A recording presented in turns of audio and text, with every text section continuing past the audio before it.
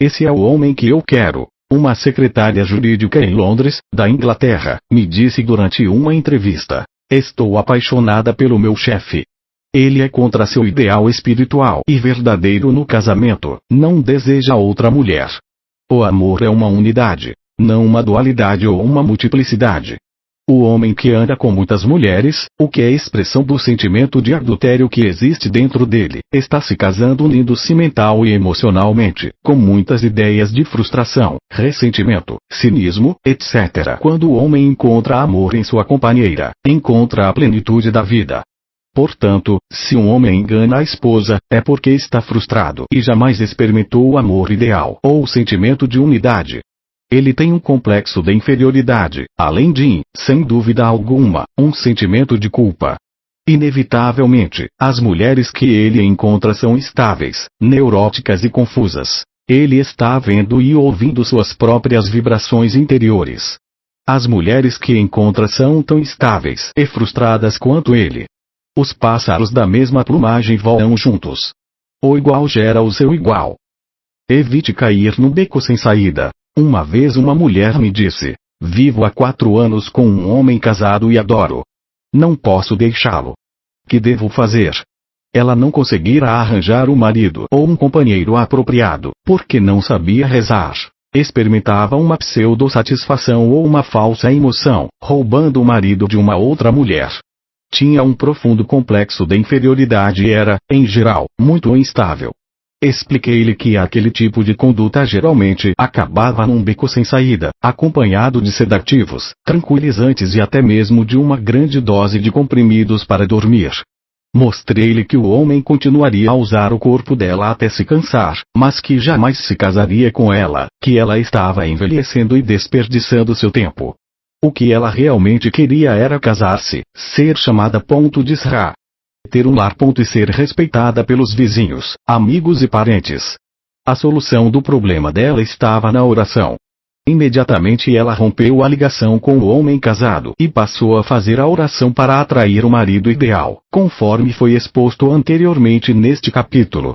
Em consequência, ela agora se acha casada e feliz, sinceramente agradecida por haver descoberto os poderes interiores de sua mente. Devo pedir o divórcio? Uma pergunta que me fazem frequentemente é: devo pedir o divórcio? Ora, isso é um problema individual e não pode ser generalizado. Em alguns casos o divórcio não é a solução, não mais do que o casamento seja necessariamente a solução para o homem que vive só. O divórcio pode ser bom para uma pessoa e mal para outra. Uma mulher divorciada pode ser muito mais nobre e divina do que muitas de suas irmãs casadas que vivem mentirosamente em vez de enfrentarem a verdade. Em primeiro lugar, em alguns casos, nunca houve um verdadeiro casamento. O fato de um homem e uma mulher terem uma certidão de casamento e viverem na mesma casa não implica necessariamente que constituam um lar. Talvez ele seja um lugar de discórdia e de ódio. Quando os filhos estão presentes e os pais recusam-se a irradiar amor, paz e boa vontade um para o outro, é melhor dissolver a união do que permitir que as mentes das crianças sejam aguilhoadas pelo ferrão do ódio. Muitas vezes a mente e a vida de uma criança ficam permanentemente afetadas pela atitude dos pais, daí resultando neuroses, delinquências e crime. É muito melhor fará um menino viver só com um pai que o ame do que com um pai que o ame do que com um pai e uma mãe que se odeiam e vivam brigando o tempo todo.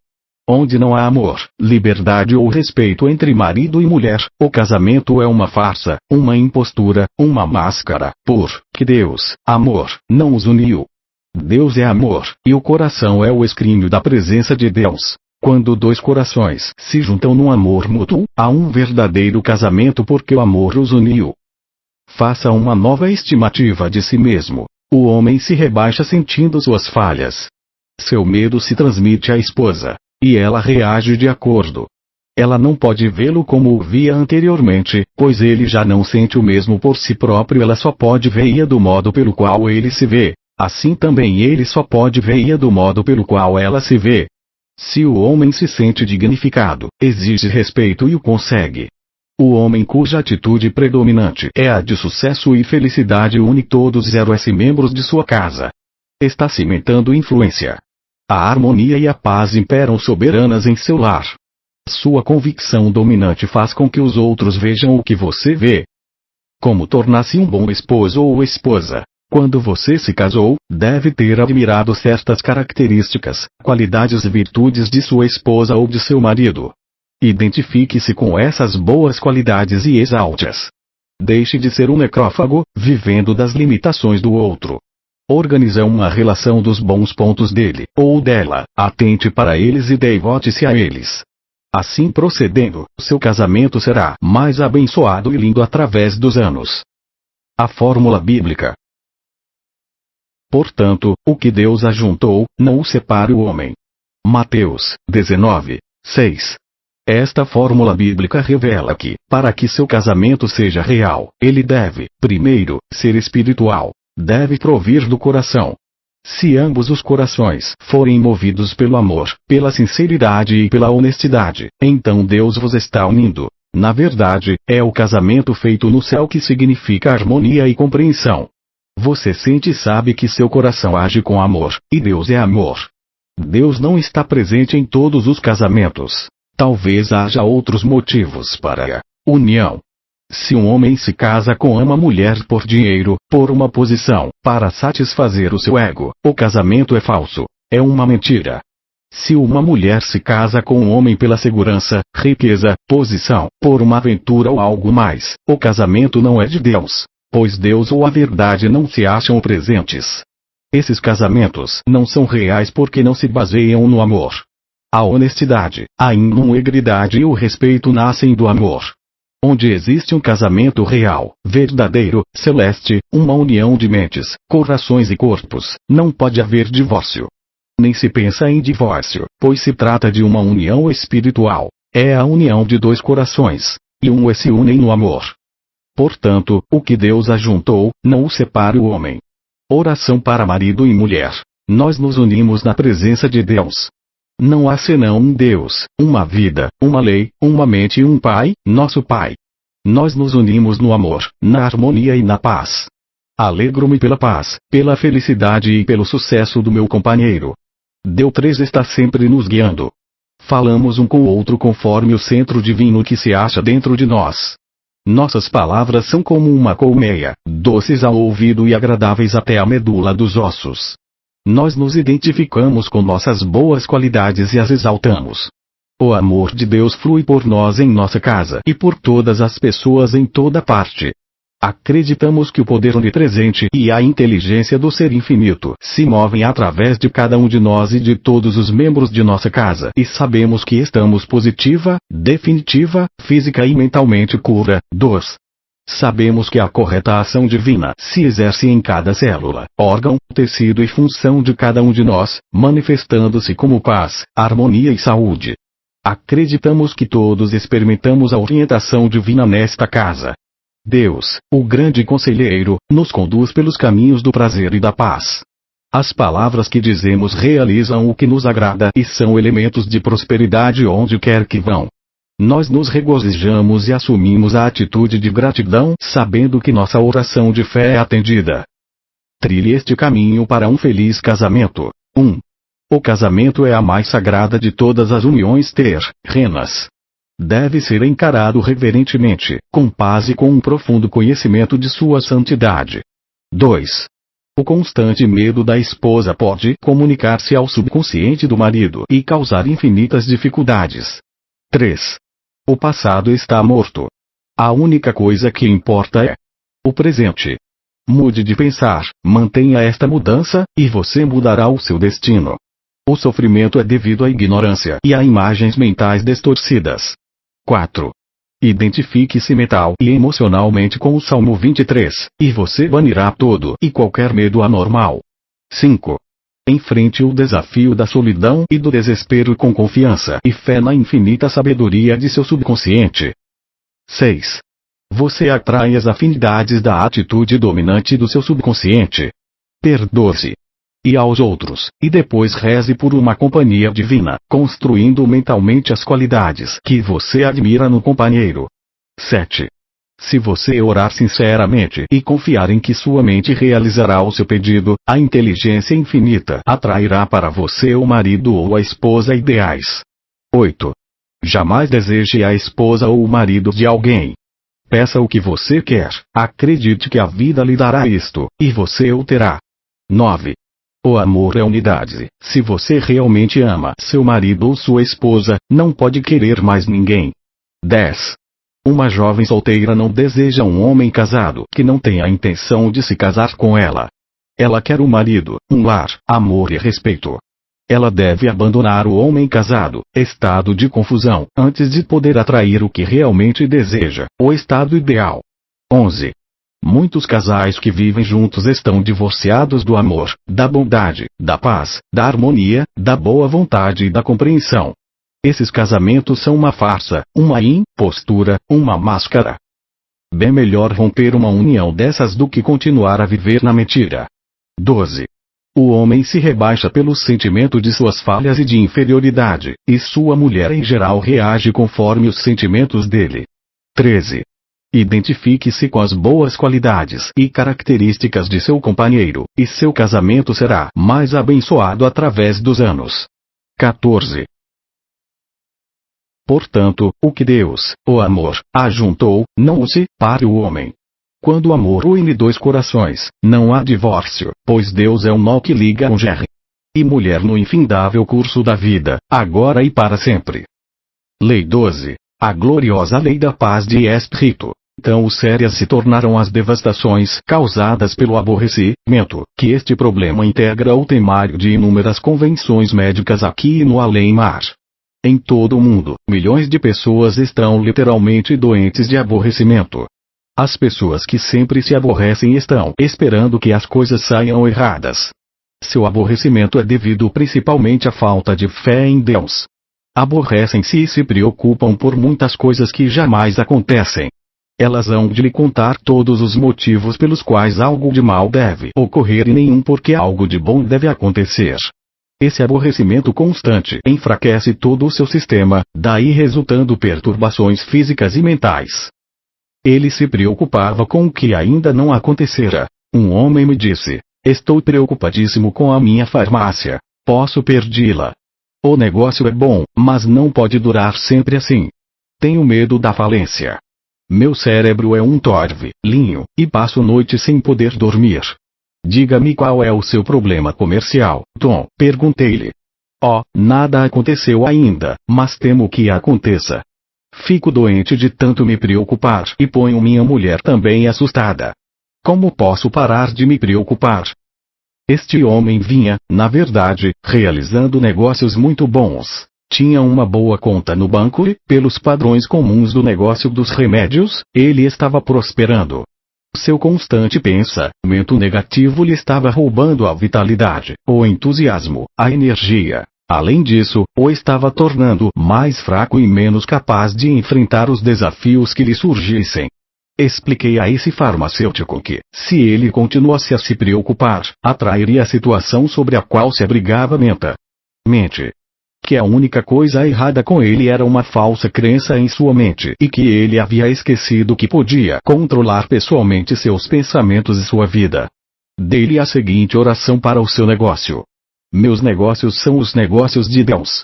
Deus é meu sócio em todos os meus negócios.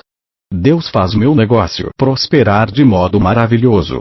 Declaro que todos os homens que trabalham comigo em minha loja são elos espirituais no crescimento, bem-estar e prosperidade dela. Sei disso, acredito nisso e regozijo-me pelo sucesso e felicidade deles. Resolva todos os meus problemas, confiando em que a infinita inteligência em meu subconsciente me dará a resposta. Repouso com segurança e paz, estou cheio de paz, amor e alegria. Sei que todas as minhas relações comerciais com as pessoas se acham de acordo com a lei da harmonia. A inteligência infinita me revela de que modo posso servir melhor a humanidade. Sei que Deus mora em todos os meus fregueses e clientes. Trabalho em harmonia com os outros para que a felicidade, a prosperidade e a paz reinem soberanas. Toda vez que uma preocupação penetrar em minha mente, afirmarei: não receio o mal, pois tu estás comigo. Salmo 23, 4. Tom começou a reservar 10 ou 15 minutos pela manhã, à tarde e à noite para repetir essas verdades, sabendo que, fazendo-as habitar sua mente, ele se recondicionaria a pensar construtivamente. Quando algum pensamento mórbido entrava em sua mente, ele afirmava de pronto: Deus está comigo. Ele me disse que num só dia deve ter dito Deus está comigo cerca de 1000 vezes. Ela curou-se da neurose da angústia. Recebi uma carta de uma mulher na qual ela escrevia: meu marido passa o dia todo sentado sem fazer nada senão beber cerveja. Não quer fazer nada e se queixa o tempo todo. Ele me aborrece terrivelmente, e meu médico diz que sofro de neurose de angústia. Ainda por cima, tenho asma, dermatite e pressão alta. Meu marido está me matando. Escrevi-lhe dizendo que hoje é sabido nos meios psicológicos e médicos que muitas doenças da pele, asma, alergias, perturbações cardíacas, diabetes, bem como muitos outros mal-CS são provocados por aborrecimento crônico, que é um outro nome para a neurose de angústia. Dei-lhe também uma receita espiritual na qual sugeri que ela devia abençoar o marido várias vezes por dia, conforme se segue.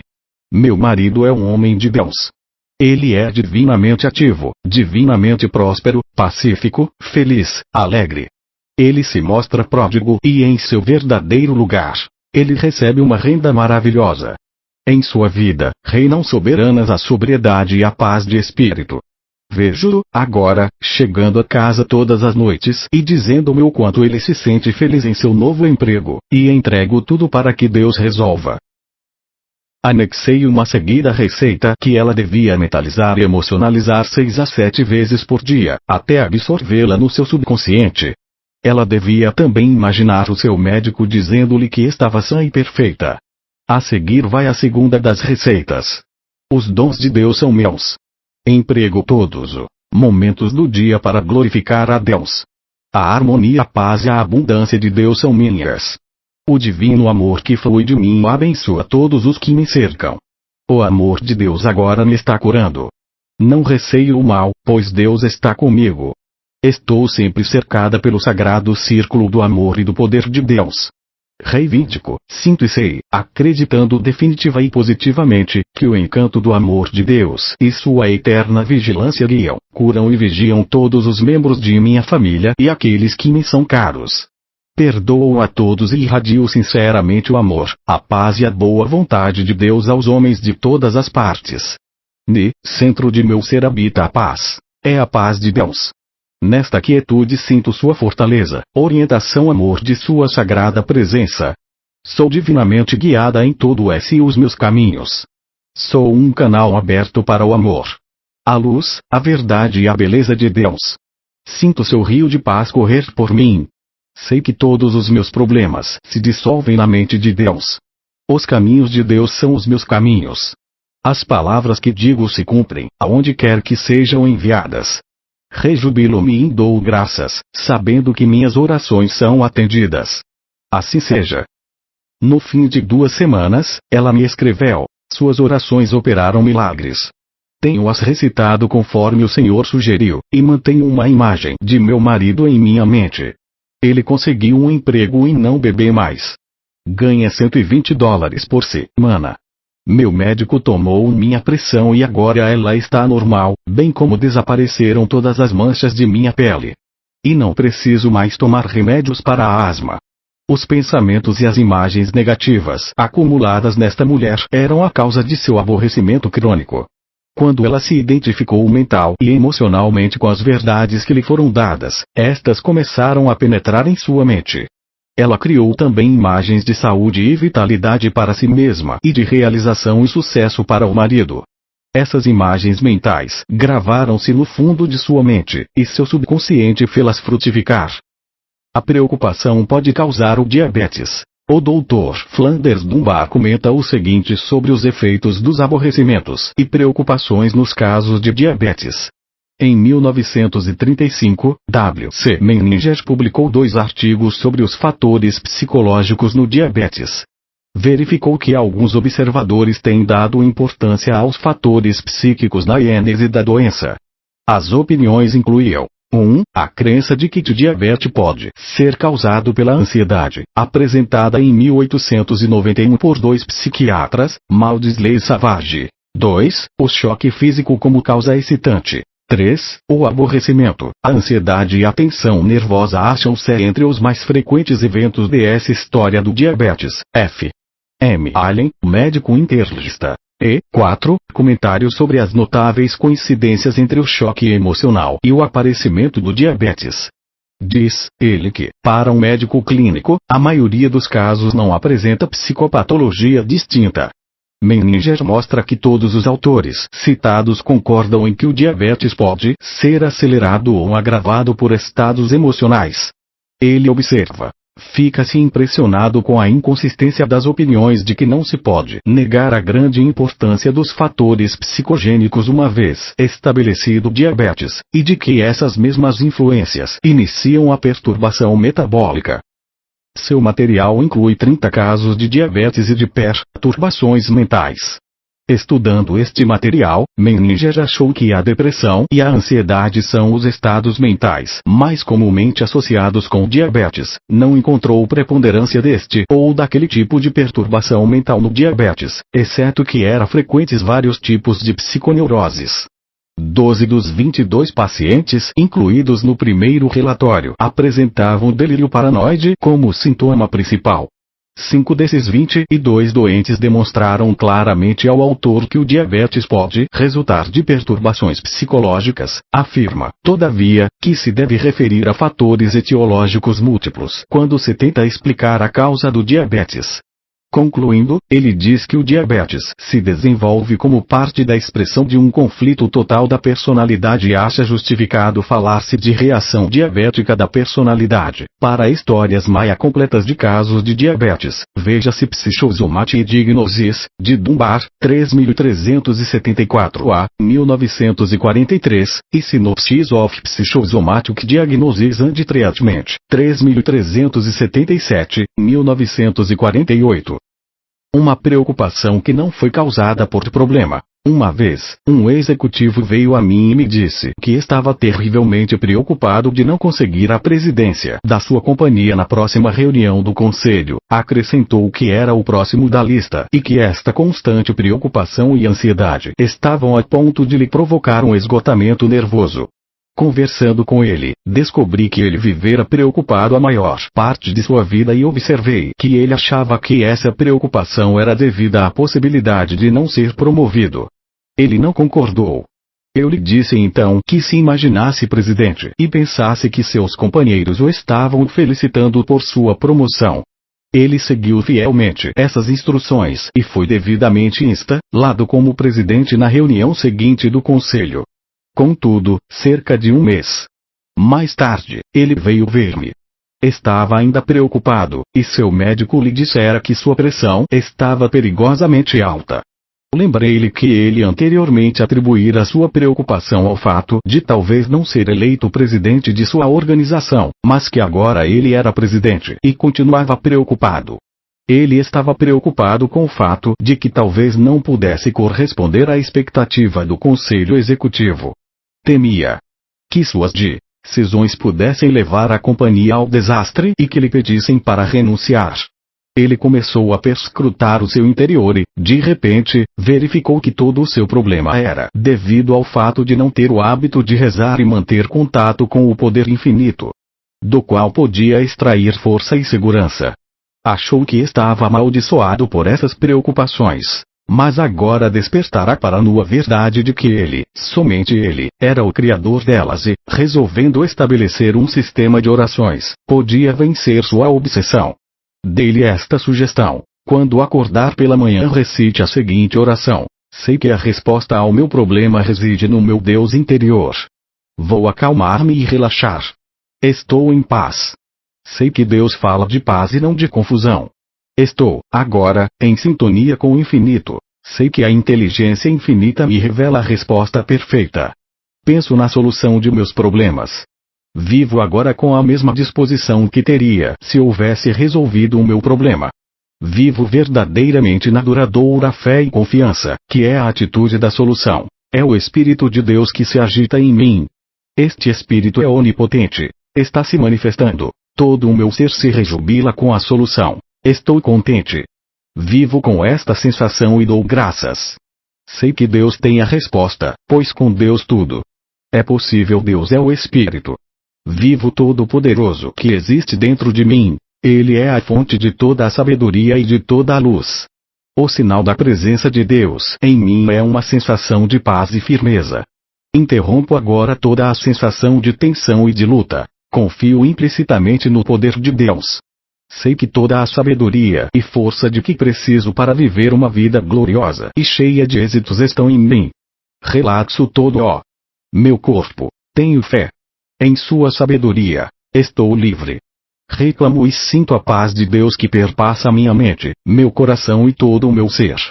Sei que a mente calma consegue resolver seus problemas. Volto-me agora para a presença de Deus, sabendo que Ele tem uma resposta. Estou em paz.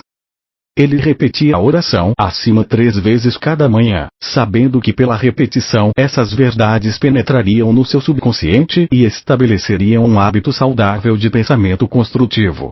Verificou também que, agora, estava ancorado ao poder de Deus em seu interior, no qual ele vivia, se agitava e tinha todo o seu ser. A sensação de sua união com Deus conferiu-lhe confiança para dominar tudo com o que se preocupara erroneamente. Por esta mudança de atitude mental, ele se tornou um homem equilibrado. Extraído de Elotious Audible Changes, do Dr. Flanders Dunbar, 4ª edição, 195, 4, página 326, 327. Com autorização da Columbia University Press, 2960 Broadway, New York 27, NY, Estados Unidos. Assim ela saiu de sua agitação. Uma vez, uma mulher me visitou e disse que estava preocupada com o filho no colégio. Temia que o menino apanhasse sarampo, caísse numa piscina ou fosse atropelado por um caminhão. Ela estava realmente transtornada. Disse-me: tenho de me preocupar. Não posso parar de me preocupar. Eu lhe disse que seria muito mais interessante, fascinante, absorvente e emocionante abençoar o filho do que lhe atirar pedras mentais o dia todo. Sugeri que ela abrisse a mente, deixasse entrar o poder mais alto e considerasse que Deus ama o filho dela, que o guarda, que sua presença superprotetora o vigia sempre que ele é cercado e envolvido pelo amor de Deus. Assim fazendo, ela se desfez de toda a preocupação e infelicidade. Ela se habituou a orar, e a oração é um hábito. As preocupações, a impaciência e os pensamentos mórbidos desta mulher a respeito do filho eram devidos à preguiça e à indiferença com que ela permitia que essas imagens destrutivas influenciassem seus pensamentos e emoções. Você pode curar-se, conforme o fez essa mulher, seguindo os preceitos do salmista. Elevo os olhos para os montes, onde me virá o socorro. Salmo 121, 1. Faça isso regularmente, e você se libertará da aflição da preocupação. Você não quer isto. Quando você se preocupa, está focalizando sua atenção no que você não quer e dirigindo sua mente para isto, de modo que assim cria condições, experiências e fatos que o perturbam. A preocupação significa que você está usando a mente de modo negativo e destrutivo. Como a preocupação afeta todas as glândulas e órgãos de nosso corpo. O Dr. Anseli, do Instituto de Medicina e Cirurgia Experimental da Universidade de Montreal, demonstrou os efeitos destruidores da preocupação, do medo e da ansiedade sobre o sistema geral de defesa de nosso corpo. Se o estresse mental que põe em movimento o sistema geral de defesa não é temporário e passageiro, mas persiste semana após semana, as glândulas suprarrenais primeiro procuram adaptar-se à situação, aumentando a secreção de hormônios, mas isso interfere desastrosamente com outros processos não relacionados com a defesa. O indivíduo pode desenvolver urna-artrite, diabetes ou qualquer urna das outras chamadas doenças psicossomáticas. Inevitavelmente, se o estresse continua para além deste estágio de adaptação geral, as suprarrenais se esgotam. Elas mudam de cor, passando de amarelas para castanhas, o estômago pontilha-se de úlceras. A resistência ao frio, ao calor e a todos os tipos de doenças e agressões entra em colapso. Se o infeliz indivíduo não cai vítima de urna infecção, provavelmente sucumbirá à urna das doenças cardíacas, circulatórias ou renais, que são hoje nossos maiores assassinos. O trabalho do Dr. Seyle demonstrou que o sistema de defesa só pode combater eficientemente uma coisa de cada vez. Se em resposta a uma tensão mental provocada pela dor de um membro quebrado, por exemplo, o sistema de defesa é posto em ação, imediatamente ele organiza uma centena de atividades especializadas, além do seu trabalho geral, para reparar a fratura. Mas, se no meio deste trabalho de reparação um outro estresse, causado pelo medo, digamos, é introduzido, sucumbimos rapidamente ao primeiro ferimento ou ao choque resultante do segundo estresse, ou simplesmente o membro fraturado não solda e tem de ser amputado. No caso de outras doenças que não as fraturas, a cura é suspensa e a doença se torna crônica. Assim, se nosso sistema de defesa geral é mobilizado por tensões mentais de origem não física, nossa resistência a tensões extras impostas por coisas tais como pneumonias, gripes e resfriados diminui proporcionalmente. Transcrito de Temi Dinelin, do Dr. Rolf Alexander, página 14, publicado em 1960. Com permissão de E.P. Dutton Co. LNC. 201 Park Avenue South, New York 3, NY, VSA. Ele sonhou mais alto. Um jovem interno andava preocupado com seu futuro. Era um verdadeiro destroço nervoso. Contudo, ele aprendeu a fazer uma imagem de si mesmo ocupando uma posição de chefia num grande hospital e possuindo um suntuoso consultório na cidade. Em seu pensamento, ele tinha um chofer de libré e imaginava que os amigos o estavam parabenizando. Ele mantinha esse quadro mental diante de si. Era o seu cinema mental.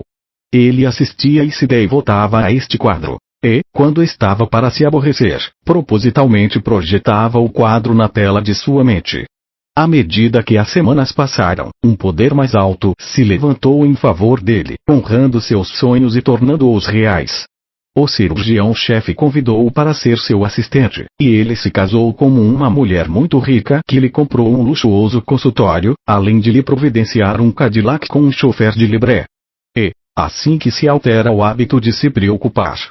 E, assim que o velho homem se torna um novo homem em Deus. Lança o teu cuidado sobre o Senhor, e ele te susterá. Salmo 55, 22. Você pode vencer a preocupação. Não perca tempo olhando para suas dificuldades ou problemas. Deixe de pensar negativamente. Sua mente não pode funcionar com harmonia quando está tensa. Quando você estiver frente a um problema, faça algo suave e agradável para aliviar a tensão. Não lute com o problema, você pode vencê-lo. Para diminuir a pressão, dê um passeio, ande de carro, jogue paciência ou leia um capítulo favorito da Bíblia. Como o 10º capítulo dos Hebreus ou o capítulo 13 de Coríntios. Ou, então, leia o Salmo 46. Leia-o cuidadosamente, com calma, várias vezes. Uma calma interior descerá sobre você, e você se sentirá firme e em paz. Passos da oração para vencer a preocupação. Primeiro passo. Todas as manhãs, ao acordar, volte-se para Deus em oração e saiba que Deus é seu Pai amantíssimo. Relaxe o corpo. Depois dialogue com Deus, que é seu eu mais alto. Transforme-se numa criancinha. Isso significa que você confia plenamente na presença de Deus e sabe que Deus está agora tratando de você. Segundo passo. Afirme com amor. Graças, Pai, por este maravilhoso dia o dia de Deus. Está cheio de alegria, paz, felicidade e sucesso para mim. Olho para frente com a feliz expectativa deste dia. A sabedoria e a inspiração de Deus me governarão o dia todo. Deus é meu sócio. Tudo que eu fizer sairá maravilhosamente. Acredito que Deus me está guiando e seu amor enche minha alma. Terceiro passo. Clame com coragem. Estou cheio de confiança na bondade de Deus. Sei que Ele me guarda a toda hora. Deixo-me ir. Estou firme, sereno e calmo. Sei que Deus age em todas as fases de minha vida, e a lei e a ordem divinas reinam soberanas. Habitue-se a se apoiar nesses 3 passos para orar e, quando as preocupações chegarem à sua mente, substitua-as por qualquer um dos pensamentos espirituais dos 3 passos acima. Pouco a pouco, sua mente se irá condicionando para a paz. Informações importantes. 1. Quando você se preocupa, aborrece-se por uma porção de coisas que jamais ocorrerão e esgota sua vitalidade, seu entusiasmo e sua energia. 2. Quando você se preocupa, fica ansioso pelo que não aconteceu, mas pelo que pode acontecer. Mude a sua maneira atual de pensar e você mudará o seu futuro. Seu futuro é a manifestação do seu pensamento presente. 3. Se você persistir no hábito de se preocupar, pode atrair aquilo com que se está preocupando. 4. Quando chegarem à sua mente pensamentos mórbidos, negativos, suplante-os afirmando: Deus está comigo. Isso destrói o pensamento negativo, que é apenas uma vibração. 5. Se você está preocupado com seu cônjuge ou qualquer outra pessoa, imagine-os mentalmente conforme gostaria de vê-los. O povoamento habitual de sua mente com essas figuras operará milagres. 6. Aquele que se aborrece cronicamente não se acha preocupado com o que diz que está. O motivo básico é um profundo sentimento de insegurança, isso porque ele não se uniu a Deus. 7. Não se preocupe com seu filho ou filha na escola. Imagine mentalmente a presença de Deus onde seu filho está e o envolva com o amor, a paz e a alegria de Deus. Saiba que a armadura de Deus cerca seu filho e que ele será sempre protegido de todos os males. 8. Quando você se preocupa, está, na verdade, orando pelo que não deseja. 9. Una-se a um poder mais alto e deixe que o Todo-Poderoso se mova através de sua nova maneira de pensar e de imaginar, e a luz de Deus varrerá toda a tristeza, aborrecimento e desespero. Deixe entrar a luz do seu amor. Lei 13. A opulenta lei da prosperidade automática. As pessoas estão constantemente perguntando: como posso progredir na vida, melhorar as circunstâncias, ter um aumento de salário, comprar um carro e uma casa nova, e possuir o dinheiro de que preciso para fazer o que tenho de fazer quando eu quiser? A resposta a todas essas perguntas está em se aprender a usar as leis da própria mente. A lei de causa e efeito, a lei do aumento ou multiplicação e a lei da atração. Essas leis de sua mente operam com a mesma precisão e exatidão que as leis da física, da química e da matemática, e tão positivamente quanto a lei da gravitação. A lei da prosperidade é lindamente exposta pelo salmista quando ele diz: antes tem o seu prazer na lei do Senhor, e na sua lei medita de dia e de noite. Salmo 1, 2, a prosperidade é o aumento de nossa habilidade e de nossa capacidade em todos os sentidos, de modo a liberar nossas forças interiores. A promoção, o dinheiro e os contatos que você deseja fazer são as imagens ou figuras, bem como as formas físicas dos estados mentais que as produzem. Como prosperou um corretor? Dou-me bastante com um corretor da Bolsa de Los Angeles. Ele atribui sua grande clientela e o sucesso que tem em fazer dinheiro para ela à prática de uma conversa mental, imaginária, com um amigo, um banqueiro multimilionário que o parabeniza pela sabedoria e tino e o cumprimenta pela compra das ações certas. Ele dramatiza essa conversa imaginária todas as manhãs, antes de ir para o escritório, e fixa psicologicamente a impressão em seu subconsciente. A imaginária conversa deste corretor concorda com seu objetivo de fazer sólidos investimentos para si mesmo e para seus clientes. Disse-me ele que o principal objetivo em sua vida de negócios é fazer dinheiro para os outros e vê-los prosperar financeiramente com os sábios conselhos dele. Ganhando dinheiro para os outros, ele também prosperou além de seus sonhos mais caros. Evidente que ele está usando construtivamente as leis mentais e que seu prazer reside da lei do Senhor. O subconsciente pagou a hipoteca dele. Uma vez, um homem me disse: vou perder tudo, minha casa, meu carro e minhas terras. Não posso saldar a hipoteca no banco, e eles vão executá-la. Expliquei-lhe que, se ele usasse acertadamente o subconsciente, este lhe arranjaria o dinheiro de que ele necessitava. Ele não tinha de pensar como, quando e onde. Não tinha que se preocupar de onde viria o dinheiro. O subconsciente tem métodos que você desconhece. Seus processos estão além do entendimento. Por sugestão minha, à noite, antes de dormir, ele começou a imaginar que estava depositando a quantia necessária no banco, entregando-a ao caixa que lhe dizia: está tudo saldado. Estou contente que você tenha arranjado dinheiro. Ele passou a se interessar intensamente pelo seu quadro mental, ou ato imaginário. Fê-la parecer real e natural.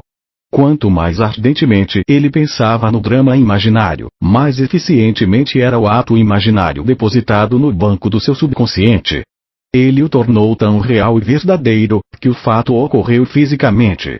O que se seguiu foi interessante. Uma noite, este homem sonhou com um cavalo que chegava em primeiro lugar, um verdadeiro azarão que pagava 50 por 1, no prado de corridas de Hollywood. Sonhou também que o caixa do guichê do hipódromo lhe dizia: ganhou 10 mil dólares. Você é um cara de sorte. Ele levantou-se de repente e acordou a mulher para lhe contar o sonho que tivera. Ela lhe disse: há 2 notas de 100 dólares que coloquei no velho bule de chá no dia de chuva. Agora, essas notas vão fazer chover bênçãos do céu sobre nós. Vá às corridas e jogue-as no momento exato. Seu cavalo pagou 50 por 1, exatamente conforme ele tinha visto seu sonho.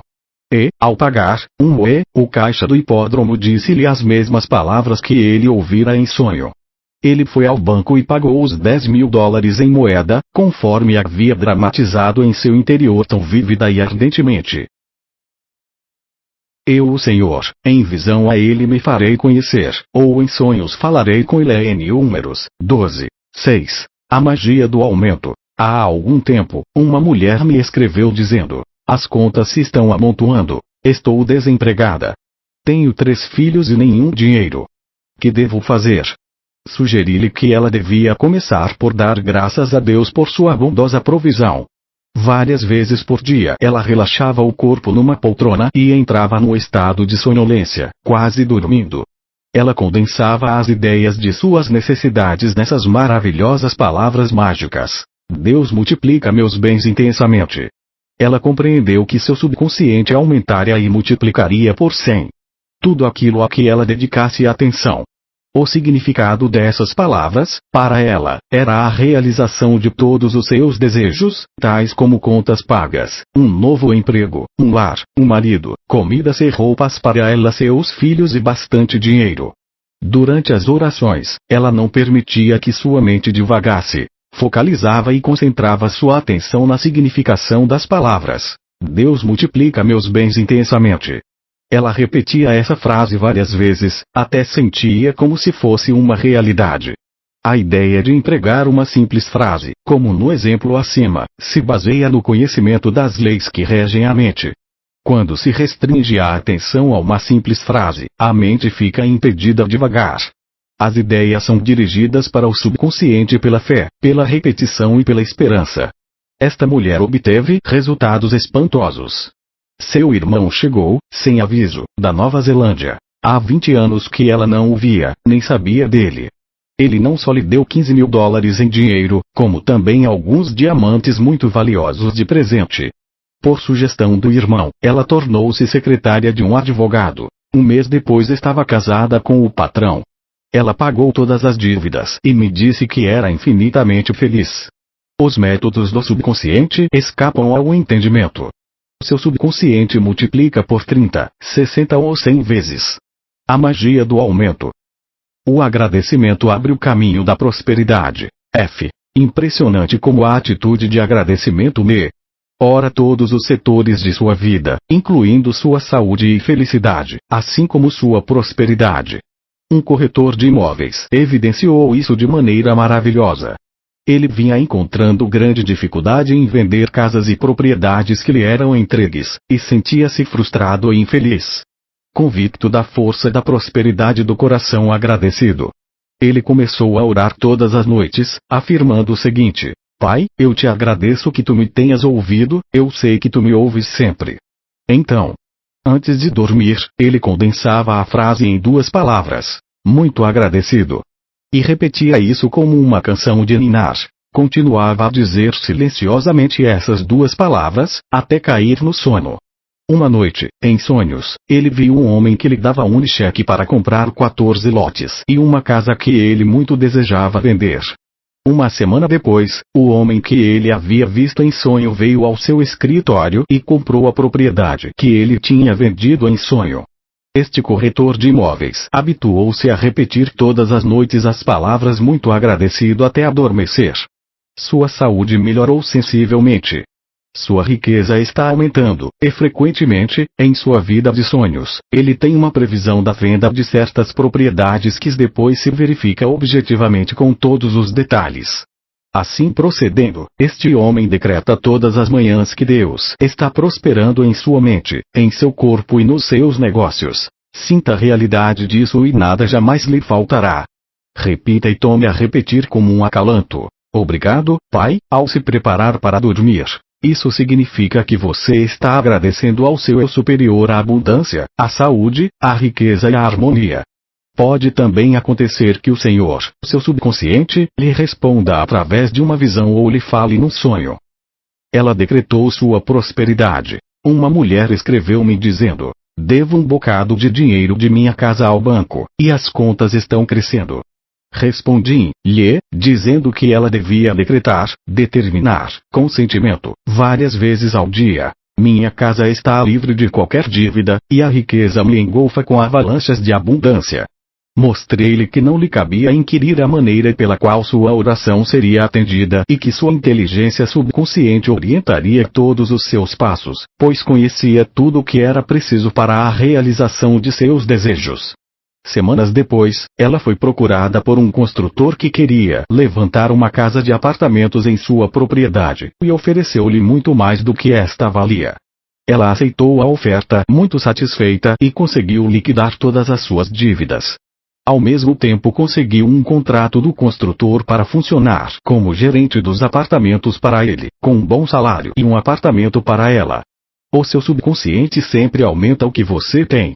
A Bíblia diz: determinando tu algum neg-se-sic, ser-te-á firme.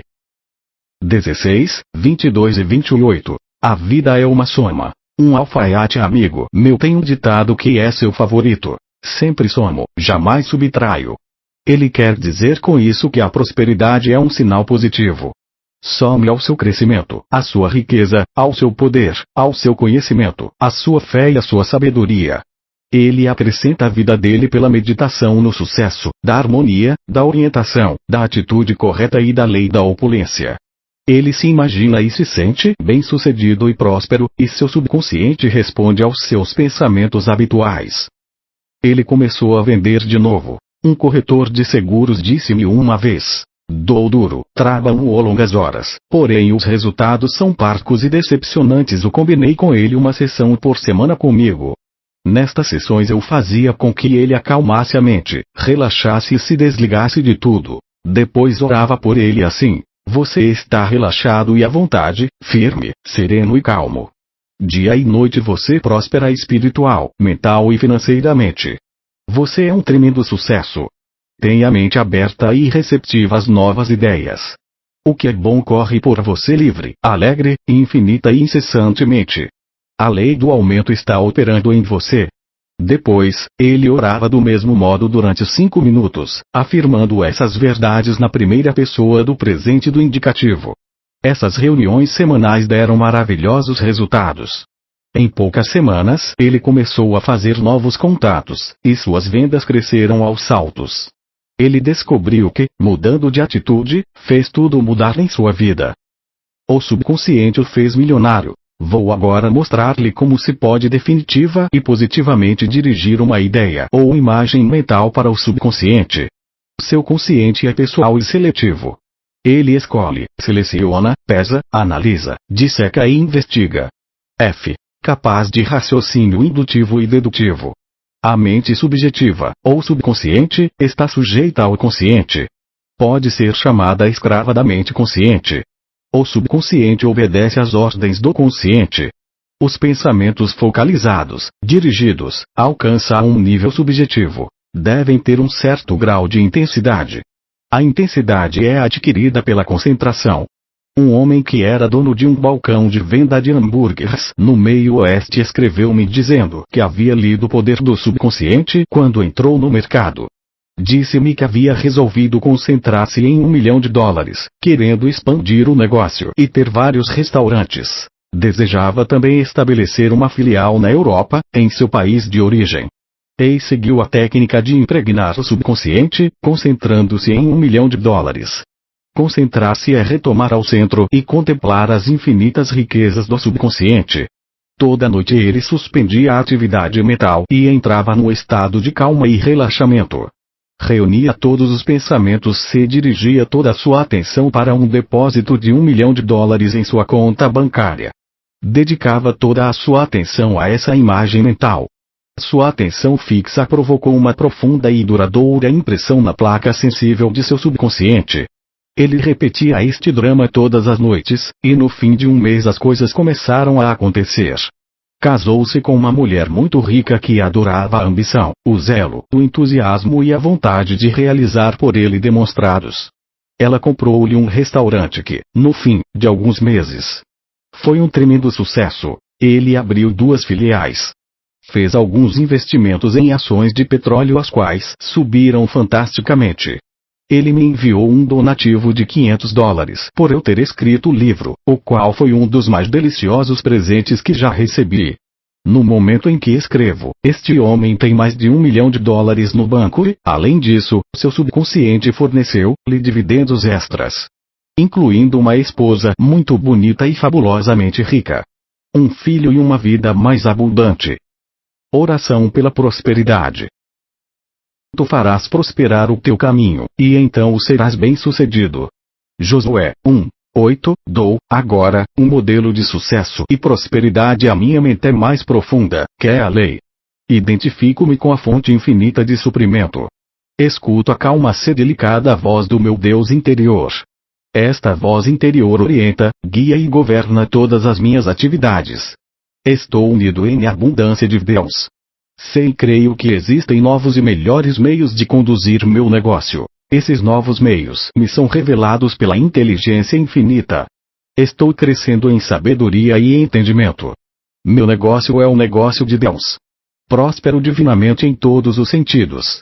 A divina sabedoria em meu íntimo me revela os métodos pelos quais todos os meus negócios se ajustam ao caminho certo imediatamente. As palavras de fé e de convicção que agora pronuncio abrem todas as portas e avenidas necessárias ao meu sucesso e prosperidade. Sei que o Senhor, a lei, aperfeiçoará o que me concerne. Salmo 138:8. Meus pés estão no caminho certo porque sou filho do Deus vivo. Algumas informações úteis. 1. Aprenda a usar as leis de sua mente, e você atrairá a riqueza, o amor, a felicidade e uma vida mais abundante. 2. Resolva fazer dinheiro para os outros, e também o fará para si mesmo. Você há de prosperar além do que sonhava. 3. Seu subconsciente tem processos que você desconhece. Dê-lhe a ideia da prosperidade, e deixe que ele faça o resto. 4. Uma fórmula maravilhosa para a prosperidade consiste em afirmar frequentemente e com sentimento: Deus multiplica o que tenho intensamente. Se você orar assim, acontecerão maravilhas. O coração agradecido está sempre perto de Deus. Use a oração da Bíblia. É maravilhosa. Pai, eu te agradeço que me tenhas ouvido, e sei que tu me ouves sempre. João 11:41-42. 6. Você pode determinar uma coisa, e ela acontecerá, tal como: minha casa está livre de qualquer dívida, e a riqueza flui para mim em avalanches de abundância. Seja sincero e positivo, que seu subconsciente responderá. 7.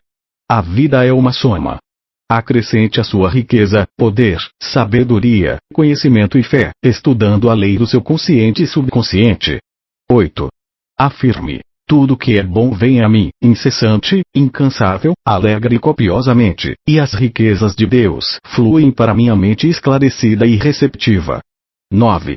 Você pode dirigir para o seu subconsciente a ideia de $1 milhão por meio da concentração e da atenção, e no tempo devido o subconsciente lhe responderá à sua maneira. Um dos requisitos é a sinceridade e uma atenção fixa. 10.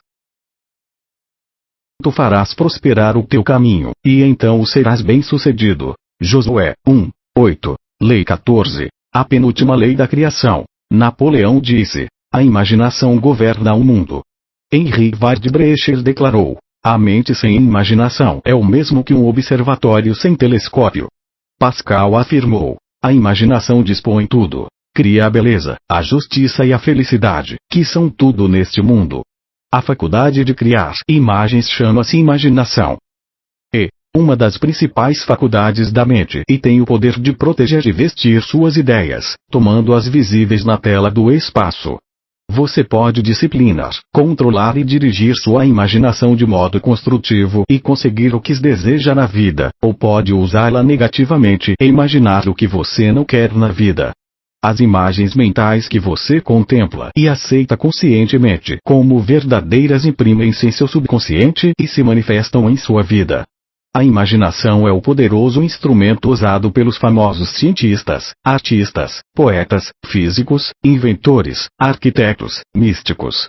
Quando o mundo diz: isto é impossível, não pode ser feito, o homem da imaginação viva afirma: está feito. Como ele se tornou presidente? O Sr. Fred Reineck, presidente da Fabco Corporation, de Glendale, na Califórnia, chamou minha atenção para o poderoso sucesso da imaginação dele. O que segue é extraído de uma carta sua, que ele me deu permissão para publicar. Entrei no negócio com meus irmãos e irmãs em 1949. 3 meses mais tarde tudo se incendiou e ficou reduzido a cinzas. Recusamo-nos a ir à falência ou chorar sobre os destroços. Resolvemos reconstruir tudo, e comecei a conceber em minha mente uma grande corporação com vendedores por todo o país. Criei mentalmente o quadro de um grande edifício, fábrica, escritórios, boas instalações, sabendo que com a alquimia mental eu teceria a fábrica de que meus sonhos se vestiam. O Senhor me ajudou imensamente e me deu um grande impulso quando lhe fiz a minha primeira visita, ao me chamar de Senhor Presidente. O Senhor começou a me apresentar aos outros na igreja como presidente de uma organização de muitos milhões de dólares. Mentalmente eu não havia aceito o título de presidente. Parecia-me uma impossibilidade total, já que meu irmão era o presidente.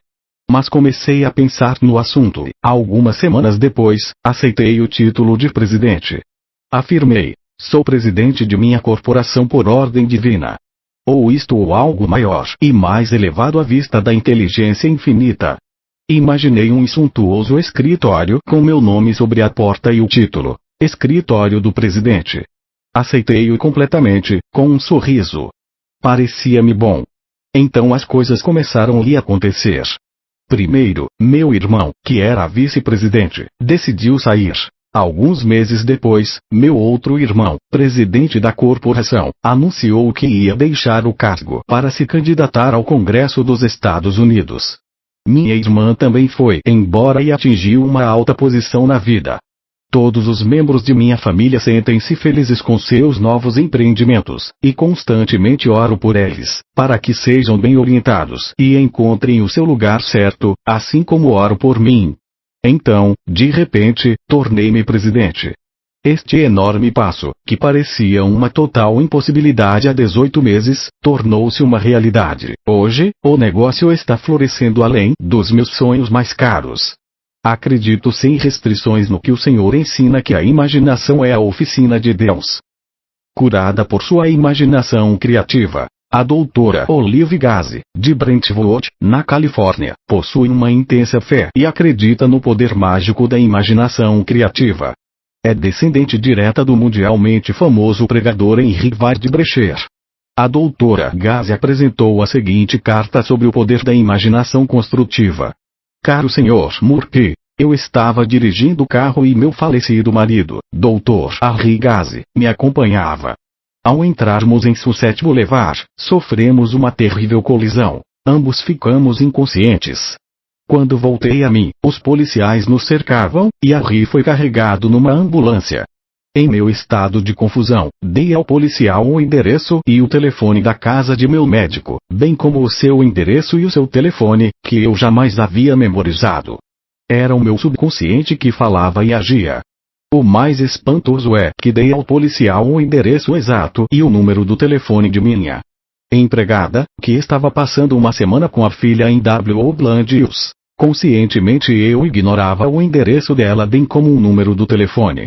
Isso demonstra uma verdadeira clarividência e é um exemplo perfeito de como funciona o subconsciente. Achei-me no hospital. Tinha a bacia quebrada em vários lugares, e ouvi dizer que nunca mais andaria. Comecei a imaginar-me andando para assistir às suas palestras, e imaginei que o Senhor me apertava as mãos dizendo: "Parabéns! Você está maravilhosa." Foi um verdadeiro milagre do poder de Deus.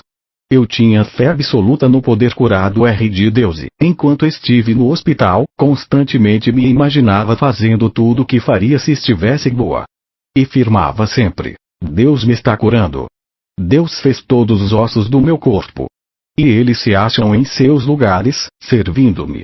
O que eu sentia e imaginava ser verdade aconteceu. Sei que o poder criador de Deus flui através de nossas imagens mentais. É maravilhoso. Ela curou-se e curou a família com a imaginação. A seguinte carta da senhora Fred Reineck, de Glendale, da Califórnia, é publicada com a permissão dela. Caro Dr. Murphy, no profundo estado de depressão vi-me encerrada no Hospital Estadual de Doenças Mentais de Camarillo. Durante o tratamento vi-me face a face comigo mesma. Aprendi a conhecer-me e a ajustar-me aos outros. Constantemente eu afirmava: o amor de Deus enche minha alma, e Ele me guia. Venci a depressão aguda e recebi alta. Sinto que Deus me guiou para que eu ouvisse sua conferência sobre o poder de nosso subconsciente. O Senhor enfatizou o poder da imaginação mental.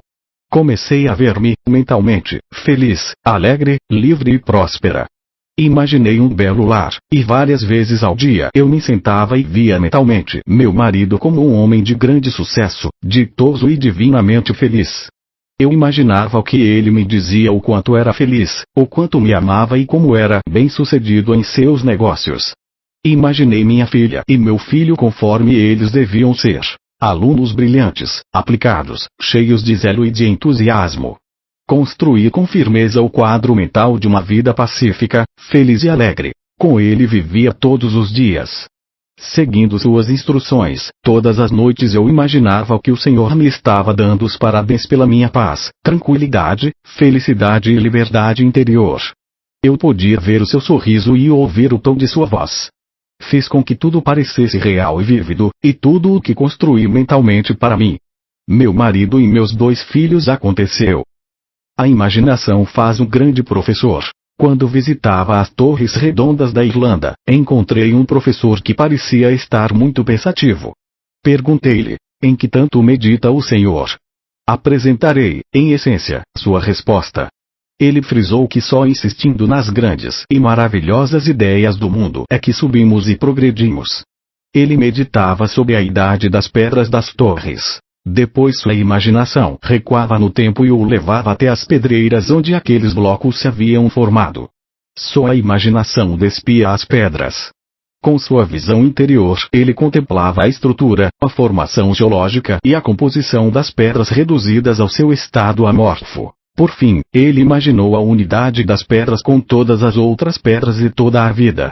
Percebeu, em sua imaginação divina, que era possível reconstruir a história da raça irlandesa olhando para as Torres Redondas. Através da sua faculdade imaginativa, este professor conseguiu ver, imaginariamente, homens invisíveis vivendo na torre e conseguiu ouvir suas vozes. Todo o lugar tornou-se vivo para ele em sua imaginação. Por meio deste poder, ele conseguiu recuar no tempo a um período quando ainda não havia as Torres Redondas. Em sua mente começou a tecer a história do local de onde se originaram as pedras, quem as trouxe, o objetivo da construção e a história a ela relacionada. Ele me disse: quase posso ouvir e sentir o som dos passos que desapareceram há milhares de anos. Este professor era muito popular e disse que seus artigos e conferências lhe davam muito dinheiro, sendo tudo isso, segundo o comentário dele, devido à prática de sua faculdade imaginativa. Ciência e imaginação. Foi do reino da imaginação que saíram a triunfvisão. O rádio, o radar, os superjatos e todas as outras invenções modernas. A imaginação é o tesouro do infinito que tira do subconsciente as pedras preciosas da música, da arte, da poesia e das invenções. Você pode olhar para uma ruína antiga, um velho templo ou uma pirâmide e reconstruir os registros de um passado morto. Nas ruínas de um velho pátio de igreja você também pode ver uma cidade moderna, ressurgida em toda a sua beleza e glória anteriores. Você pode encontrar-se aprisionado pelos desejos, pelas privações ou realmente pelas grades de uma prisão, mas em sua imaginação pode achar-se num estado de liberdade jamais sonhado. Grandes feitos através da imaginação. Chico, o parisiense limpador de esgotos, imaginava e vivia num estado paradisíaco mental chamado sétimo céu, embora jamais houvesse visto a luz do dia. Bunyan, na prisão, escreveu a grande obra-prima Pilgrim's Progress. Ele usou da faculdade imaginativa para criar caracteres como cristão, evangelista, fiel, esperançoso e gigante desespero, que representam as características, qualidades e padrões de procedimento em todos nós. Eram todos personagens fictícios, mas como disposições, sentimentos, crenças, atitudes e capacidades humanas verão para sempre no coração dos homens. Milton, embora cego, enxergava com sua visão interior. Sua imaginação transformou seu cérebro num meteoro, e ele escreveu O Paraíso Perdido. Deste modo, ele trouxe um pouco do paraíso de Deus para todos os homens. A imaginação era o olho espiritual de Milton. A imaginação possibilitou-lhe acercar-se dos assuntos de Deus, pelos quais aniquilou o tempo, o espaço e a matéria, e desvendam as verdades da presença invisível. A imaginação tornou-a rica e conceituada. Há alguns anos, uma jovem, profundamente religiosa e diplomada pela Universidade da Califórnia em Los Angeles, me disse: desejo escrever pequenas histórias de ficção, mas todos os meus trabalhos me são devolvidos. Estou ficando com um complexo de rejeição. Aconselhei-a a criar mentalmente uma história que ensinasse algo sobre os preceitos do Evangelho e a repassar a história e todos os personagens através de sua mentalidade altamente espiritual e artística, afirmando e sabendo que seu trabalho seria fascinante, intensamente interessante e instrutivo para o público. Sugeri-lhe que todas as noites, antes de dormir, ela imaginasse que eu lhe estava dando os parabéns pelo sucesso e aceitação de seu artigo e que sua imaginação visual estava mergulhando no seu subconsciente. Disse-lhe, também, que se ela perseverasse nesta atitude veria os resultados que ia obter. O que se seguiu à sua nova atitude mental é muito interessante. 2 revistas aceitaram os seus trabalhos, e um psicólogo pagou-lhe $2.000 para que ela editasse e reescrevesse o livro dele. Enquanto este livro está sendo imprimido, ela está escrevendo uma novela, e o esboço já foi aceito por um editor. A imaginação trouxe-lhe o sucesso. Em Greenwich Village, em Nova York, conheci um poeta que escrevia lindos versos. Ele os imprimia em cartões que vendia pelo Natal. Alguns de seus poemas eram verdadeiras gemas de amor espiritual. Ele dizia que, quando meditava, as palavras fluíam em sua mente, acompanhadas de uma cena encantadora. Flores, gente e seus amigos surgiam claramente em sua imaginação. Essas imagens falavam-lhe, contavam-lhe as suas histórias. Muitas vezes, o poema, a canção, o acalanto surgiam completos e prontos em sua mente sem nenhum esforço. Ele tinha o hábito de imaginar que estava escrevendo lindos poemas que fariam vibrar o coração dos homens. Ele teve um grande sucesso com a venda dos cartões e amealhou uma pequena fortuna. A imaginação promoveu um químico. Há alguns anos, conversei com um jovem químico que me contou que seus chefes tinham tentado fabricar um corante alemão, sem o conseguirem. Assim que ele se entregou na companhia, recebeu aquela incumbência. Sem saber que eles não tinham podido realizar aquela tarefa, ele sintetizou o composto sem qualquer dificuldade. Seus chefes ficaram muito admirados e quiseram saber como ele o conseguira. O rapaz replicou-lhes que imaginara ter a solução. Pressionado pelos superiores, disse que pudera ver com toda a clareza em sua mente, fulgindo em letras vermelhas, a palavra resposta. Então ele criara um vácuo por baixo das letras, sabendo que, se imaginasse ali a fórmula química, seu subconsciente preencheria o vazio com ela. Na terceira noite, ele teve um sonho no qual lhe foram claramente mostradas a fórmula e a técnica de prepará-la. Disso resultou uma maravilhosa promoção deste jovem químico para uma posição executiva na organização. A imaginação descobriu a América. Todos nós já lemos a história de Colombo e de como ele descobriu a América. Foi a imaginação que o levou a esse descobrimento. Só a imaginação, aliada à fé no poder divino, guiou-o e conferiu-lhe a vitória.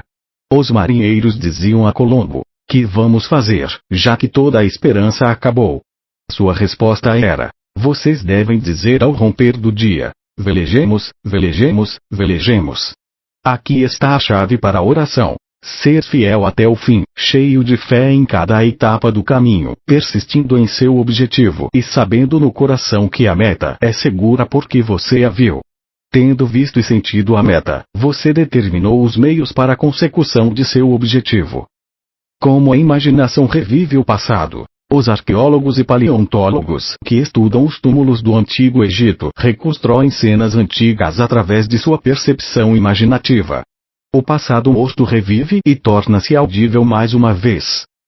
Olhando para as antigas ruínas e os hieróglifos nelas existentes, os cientistas, através de sua imaginação, recolocam os tetos dos templos e os cercam de jardins, lagos e fontes.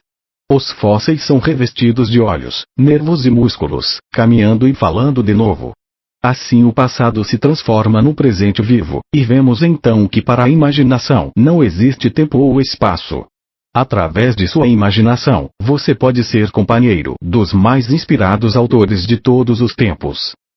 A imaginação faz uma viúva casar-se de novo. Uma viúva solitária resolveu usar sua imaginação para conseguir o marido ideal e um casamento perfeito. Com o poder de sua imaginação ela me via, como sacerdote, oficiando suas elaboradas núpcias. Em sua imaginação ela me ouvia pronunciando as palavras rituais. Via as flores, a igreja e ouvia a música. Sentia o contato de um anel imaginário em seu dedo. A solidez e a tangibilidade dele eram-lhe naturais. Através da imaginação, ela fazia uma viagem de lua de mel às cataratas do Niágara e à Europa. Poucas semanas mais tarde ela foi convidada pela filha e pelo genro para ir a São Francisco. O genro organizou uma recepção em homenagem à sogra. Ali, ele a apresentou a um rico corretor de imóveis, seu amigo há muito tempo, cuja esposa falecera recentemente. Esta apresentação transformou-se num romance, e dentro de 3 meses eles eram casados pelo autor desse livro. Partiram para a lua de mel nas cataratas do Niágara e na Europa, conforme ela imaginara subjetivamente. Ela me escreveu de Paris dizendo: "Tudo o que imaginei e senti como real aconteceu de um modo tão extraordinário, que fico profundamente comovida quando penso nos poderes de minha mente." A imaginação fê-la diplomar-se com louvor. Uma vez, uma estudante foi informada pela mãe de que não poderia frequentar um certo colégio porque precisava trabalhar, pois ela não tinha dinheiro suficiente para manter sua família de 4 pessoas. A mãe era viúva e o esteio da família. Esta jovem veio nas manhãs de domingo ouvir uma série de palestras sobre o poder do subconsciente. Começou a pôr em prática o que ouviu, que sua imaginação podia dar forma a todas as suas ideias. Várias vezes por dia ela criava mentalmente uma bela cena. Imaginava que o diretor do colégio lhe estava entregando um diploma. Via todos os estudantes vestidos com becas. Ouvia a mãe dando-lhe os parabéns. Sentia o abraço e o beijo da mãe. Tudo isso lhe parecia comovente, real, natural, excitante e maravilhoso. Ela dizia para si mesma: "Existe uma inteligência criadora no meu subconsciente com força para moldar todas essas formas que estou imaginando e dotá-las de vida, movimento e realidade." Passaram-se alguns meses e, de repente, sem que ela esperasse, uma tia rica de Nova York enviou-lhe $3.000 como presente pelo seu 18º aniversário. O cheque dizia: "Presente da tiazinha." Ela escreveu agradecendo, dizendo como havia ficado satisfeita e que agora sua mãe tinha dito que ela poderia voltar ao colégio, que eles haviam de se arranjar. A tia respondeu e exigiu que lhe enviassem todas as contas do colégio, para que ela as pagasse. O subconsciente da moça lhe havia dado mais do que ela esperava e lhe interessava. Ela me disse: Fui engolfada, de repente, por todas aquelas coisas boas, que me deixaram comovida. Ela se diplomou magna cum laude. Este é um exemplo de como sua imaginação tem força para operar milagres. Através da imaginação o menino curou a mãe. Uma vez, conversei com um garoto muito religioso de 14 anos. Ele me contou que, toda vez que tinha um problema, imaginava que Jesus estava conversando com ele, dando-lhe a solução e dizendo-lhe o que devia fazer. A mãe deste menino estava muito doente. Geralmente, o menino punha-se a meditar imaginando que Jesus lhe estava dizendo: vive a tua vida. Tua mãe será curada. Ele fazia aquela cena mental tão vívida, real e intensa que, devido à sua fé e crença, ele se convenceu da verdade do que ouvia subjetivamente. Sua mãe recuperou-se totalmente. No entanto, havia sido desenganada pelos médicos. O garoto galvanizou-se em sua união com sua imagem mental, e tudo lhe foi feito conforme sua fé ou sua convicção. Quando o menino mudou a atitude mental com respeito à mãe e a imaginou em perfeita saúde, a ideia de uma saúde perfeita ressurgiu em sua mente. Não existe senão um poder curativo, a sua mente subconsciente. Inconscientemente ele havia posto em ação a lei e acreditara que Jesus na verdade falava com ele. Então, seu subconsciente reagiu de acordo com sua crença. Por causa deste poder, Paracelso dizia no sexto século: verdadeiro ou falso o objeto de sua crença, você obterá os mesmos resultados. Imaginação, a oficina de Deus. Não havendo profecia, o povo se corrompe. Provérbios 29:18. Minha visão é que eu desejo saber mais de Deus e do modo pelo qual ele age. Minha visão se dirige para uma saúde, harmonia e paz perfeitas. Tenho uma fé interior em que o Espírito Infinito me cura e me orienta em todos os sentidos. Sei e creio que o poder de Deus que existe dentro de mim atende à minha oração. É uma profunda convicção que trago dentro de mim. Sei que a imaginação é o resultado do que vejo em minha mente. A fé é, conforme diz S. Paulo, a substância da qual se formam as imagens. Hebreus 11:1. Diariamente prático imaginar para mim e para os outros apenas o que é nobre, maravilhoso é a afeição de Deus. Imagino que estou fazendo o que anseio fazer. Imagino que possuo o que anseio possuir. Imagino que sou o que desejo. Fazendo tudo isso real, sinto a sua realidade e sei que assim é.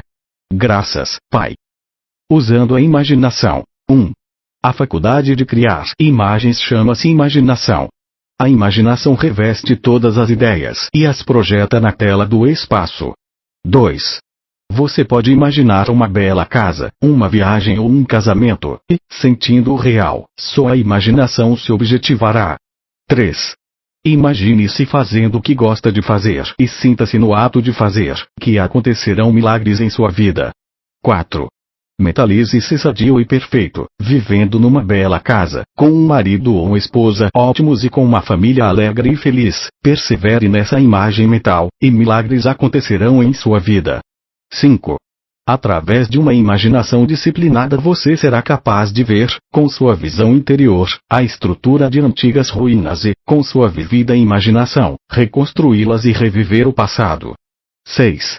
Foi do reino da imaginação que saíram a televisão, o radar, o rádio, os superjatos e todas as demais invenções modernas. 7. Os escritores empregam a faculdade imaginativa para criar grandes obras, como as que imortalizaram homens como Shakespeare, Bunyan, Milton e outros. 8. Imagine que seus artigos fascinam e interessam intensamente o público e que você está sendo parabenizado pelo seu sucesso. Esta imagem mergulhará em seu subconsciente e tudo acontecerá conforme você pensa. 9. Através da prática de imaginar um poema, uma canção ou uma peça que você escreveu, não raro o poema, a canção ou a peça surgirão completos e prontos em sua mente, sem você fazer o menos esforço. 10. Contemplando a solução, um químico pode imaginar tem a resposta para um problema complexo. Muitas vezes essa resposta vem em sonho, que é a imagem do subconsciente, e a fórmula aparece. 11.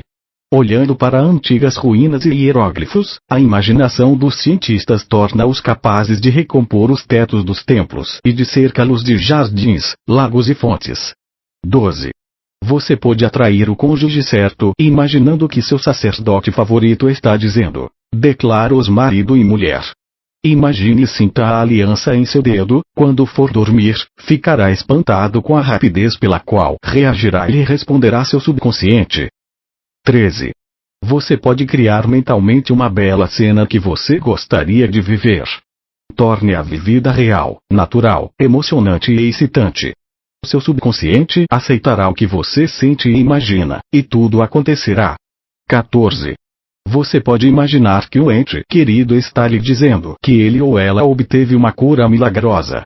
Rejuble-se e veja esse ente querido vivo e forte. Imagine esse ente querido sorrindo, ouça as boas novas, sinta seu abraço, e você ficará galvanizado com sua imagem. Sua oração será atendida. Lei 15. A última lei da vida infinita. A onipresença de Deus significa que Deus, ou a vida infinita, está presente em toda parte, em qualquer lugar do espaço. Praticar a presença de Deus o dia todo é a chave para a harmonia, a saúde, a paz, a alegria e a realização da vida. A prática da presença de Deus tem um poder que ultrapassa a imaginação. Não a desdenhe apenas devido à simplicidade dela. Você deve compenetrar-se de que toda a criação é a expressão de Deus numa infinita diferenciação. Você é uma expressão individualizada de Deus ou da vida, e Deus está sempre procurando expressar-se através de você em níveis cada vez mais altos. Consequentemente, você está aqui para glorificar Deus e gozá-lo para sempre. Comece a contemplar agora a maior de todas as verdades, a verdade de que Deus é a causa única, a força e a substância do mundo, e que tudo o que você vê, toca e sente é parte de sua autoexpressão. Como começar? Conheço muita gente que se senta diariamente durante 10 ou 15 minutos para meditar no fato de que Deus é a absoluta bem-aventurança, a paz, a harmonia, a alegria, a infinita inteligência, que é todo-poderoso e que irradia uma sabedoria ilimitada e um amor infinito. Essa gente deixa seus pensamentos sedimentarem essas verdades. Contemplam essas qualidades e poderes de Deus de todos os ângulos. Então começam a sentir que todas as pessoas que encontram são uma expressão de Deus. Que, de fato, tudo que veem é uma manifestação de Deus. É Deus. Se dramatizando pela alegria de se expressa ao proceder assim, essa gente vê que todo o seu mundo muda. Experimentam melhor saúde, melhores condições exteriores e são possuídas de uma nova vitalidade e energia. Ele encontrou o filho depois de 7 anos. O Sr. Michael Sands, de Los Angeles, que assiste às minhas palestras e se encarrega da distribuição de minhas notas, contou-me um espantoso episódio de sua vida. Há cerca de 7 anos, ele teve que sair de um país sul-americano e deixou um recado para seu filho a fim de que o seguisse. Seu filho jamais recebeu essa mensagem. O rapaz procurou entrar em contato com a mãe, que estava separada do pai, porém ela também se havia mudado sem deixar endereço. De nada adiantaram as muitas cartas e os telegramas que o Sr. Sands enviou para o filho e para seus conhecidos na América do Sul. Todas as agências conhecidas não conseguiram localizar o jovem. Recentemente, um parente chegou mesmo a sugerir que o Sr. Sands declarasse o filho legalmente morto. Todavia nos últimos meses, o Sr. Sands tornou-se profundamente interessado na prática da presença de Deus e afirmava: meu filho está na presença de Deus, e Deus me revelará onde ele se encontra. Sei que Deus nos reunirá na ordem divina, e dou graças por isso. Esta era sua oração diária. Pouco depois, o Sr. Sands apresentou-me a seu filho, que havia regressado para a casa do pai após 7 longos anos de ausência. Quando o pai começou a rezar pela volta do filho, este começou a procurar o nome do pai em todas as listas telefônicas das grandes cidades que visitava. Ele era caixeiro viajante.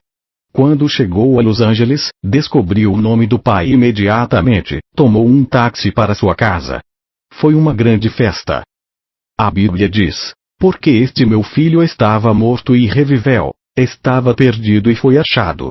E começaram a alegrar-se. Lucas 15:24. A casa dela foi salva. Há alguns anos, uma mulher me telefonou em pânico, dizendo que um grande incêndio estava devastando as cercanias de sua propriedade. Eu lhe disse que se juntasse a mim, pelo telefone na prática da presença de Deus. E oramos assim. Sabemos da presença de Deus onde você e sua casa estão. Sua casa está cercada pelo amor de Deus. A amargura de Deus envolve você e sua casa. Você está imersa na onipresença de Deus. A presença de Deus é a causa da paz, da harmonia, da alegria, da fé e da confiança. Sagrado círculo do eterno amor de Deus envolve sua casa e a super, protetora presença de Deus aguarda. Estamos fazendo esta oração, sabendo que Deus a atenderá. Na manhã seguinte, ela me telefonou dizendo que o fogo havia parado justamente na cerca dos fundos de sua casa. Parecia um milagre.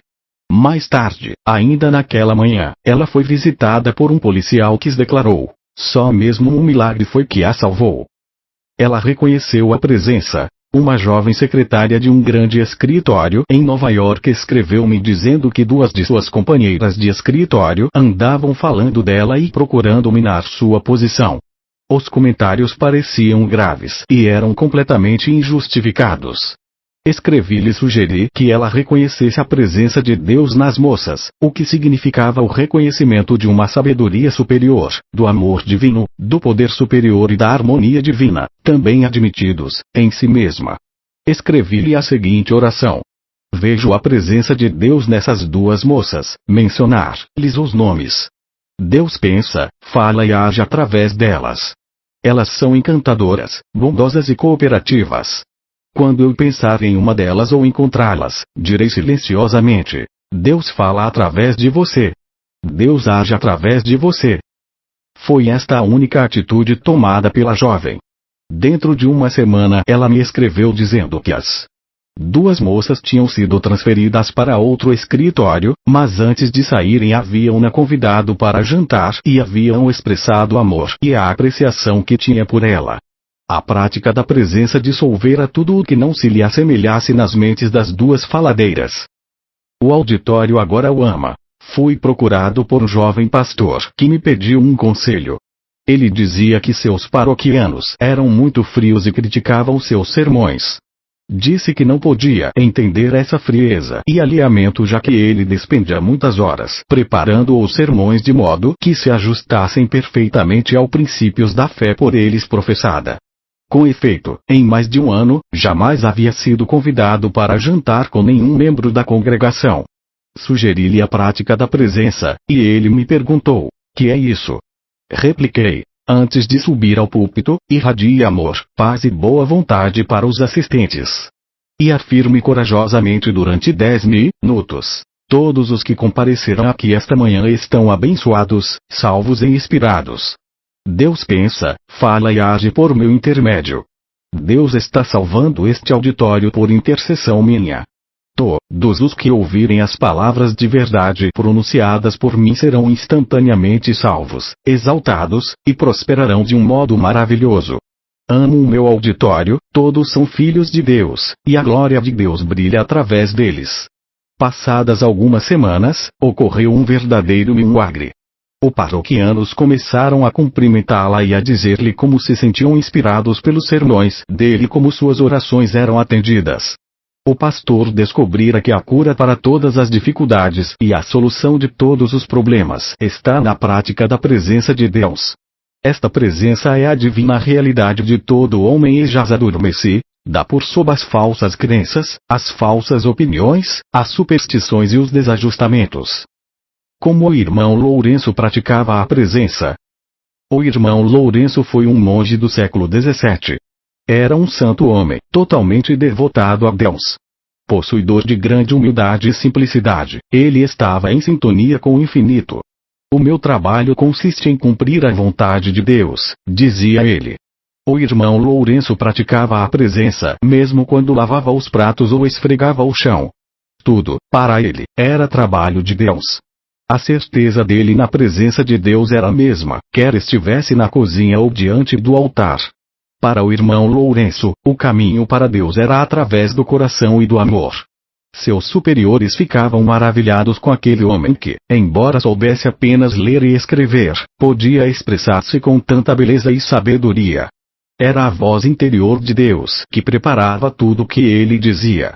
O irmão Lourenço praticava a presença, dizendo: coloquei-me em sua presença, estou a seu serviço, e tudo saíra bem. Ele dizia que sua única tristeza seria a perda do sentido da presença de Deus, mas não temia isso, pois tinha certeza da sua absoluta bondade e de seu amor. No início da vida, ele temera ficar amaldiçoado. Esta tortura mental persistiu durante 4 anos. Depois ele viu que tudo fora devido à sua falta de fé em Deus. Sabendo disso, ele se libertou e daí por diante penetrou numa vida de contínua alegria. Quando estava cozinhando ou lavando panelas na cozinha, o irmão Lourenço parava, nem que fosse por um instante, para imaginar Deus como centro do seu ser, para ter consciência da presença de Deus e para manter um encontro oculto com Ele. Devido ao seu estado de iluminação, quando desfrutava das delícias do Espírito, ele entrava num reino de profunda paz.